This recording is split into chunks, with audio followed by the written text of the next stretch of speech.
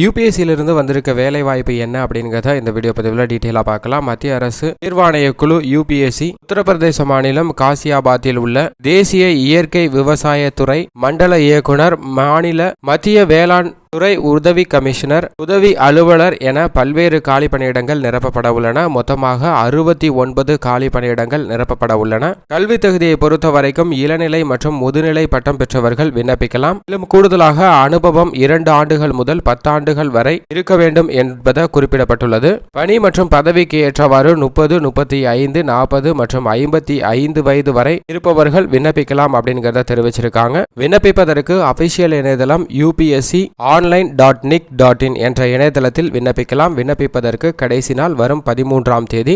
SC/ST மாற்றுத்திறனாளிகள் மற்றும் பெண்களுக்கு விண்ணப்ப கட்டணம் கிடையாது. மற்றவர்களுக்கு ரூபாய் விண்ணப்ப கட்டணமாக செலுத்த வேண்டும். தேர்வு செய்யும் முறையை பொறுத்த வரைக்கும் எழுத்து தேர்வு மற்றும் நேர்காணல் அடிப்படையில் தகுதியான நபர்கள் தேர்வு செய்யப்பட உள்ளனர்.